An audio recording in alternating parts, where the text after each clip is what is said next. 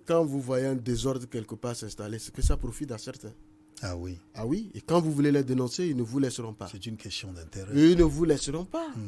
Mais moi, je ne le dirai pas ici. Tout ce que les gens ont voulu faire pour étouffer cette affaire, est-ce que les gens continuent de faire parce qu'ils sentent que le réseau est assez vaste, qu'il sera démasqué? Mais c'est peut-être qu'ils ne savent pas exactement c'est quoi OPS Afrique. Mais s'ils savent exactement ce que c'est qu'OPS Afrique. Alors, c'est quoi exactement OPS Afrique? Mais je dis, c'est une organisation Aklesso, créée Agouzou, après une investigation sérieuse qui a pu établir qu'il y a eu des violences qui dispose donc des éléments probants, des éléments de preuve et des personnalités capables d'approfondir un sujet lorsqu'il s'agit de la santé, lorsqu'il s'agit de la vie humaine. Ah oui, et donc Nous êtes organisés, nous sommes organisés. Vous êtes connus des pouvoirs publics, vous êtes légalement installés, et donc vous faites votre travail sur le terrain, vous arrivez. Alors maintenant, quels sont les autres problèmes, sinon les autres actes délictueux qu'on voit dans les hôpitaux que vous avez pu documenter, en dehors de la vente parallèle des médicaments? Vous savez, j'ai tantôt parlé ici du mauvais accueil. Oui. Je vais vous donner un exemple. J'arrive dans un hôpital, un grand hôpital, je vois un véhicule arriver, stationné. Oui. Après 10 minutes, je m'invite. Et je vois une femme enceinte. Oui. Vous sentez qu'elle est à terme. Ouais. Quand elle respire une fois, peut-être quelques secondes avant d'expirer. Dans le véhicule. Et sur elle se trouve, il y avait de l'eau, du sable.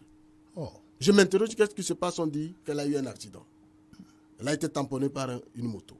Oh. Et dans un village. Et ils ont été transférés aussi au sein de ce grand hôpital.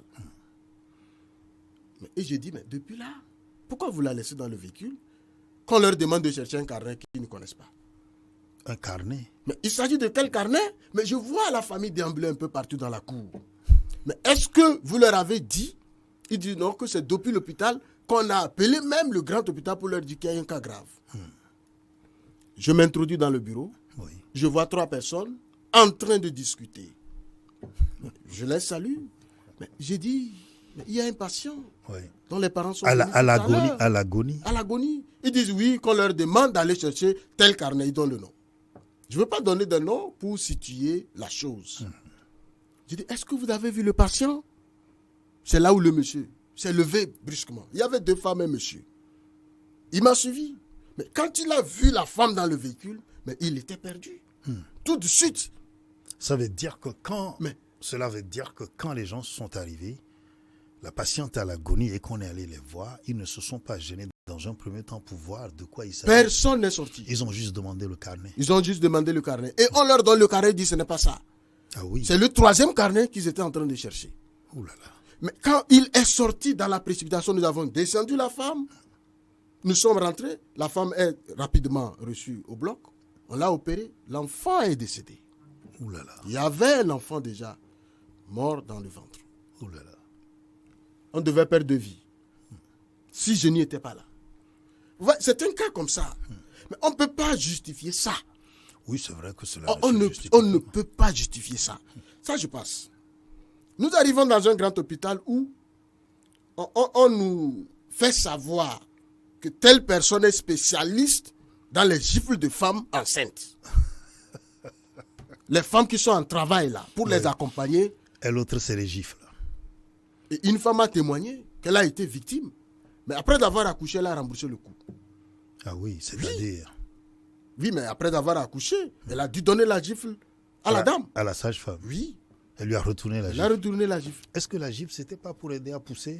Mais vous pensez que c'est normal? C'est violent ou... Écoutez, quand aujourd'hui on vous dit de ne pas utiliser le bâton à l'école, c'est à l'hôpital, une femme en travail.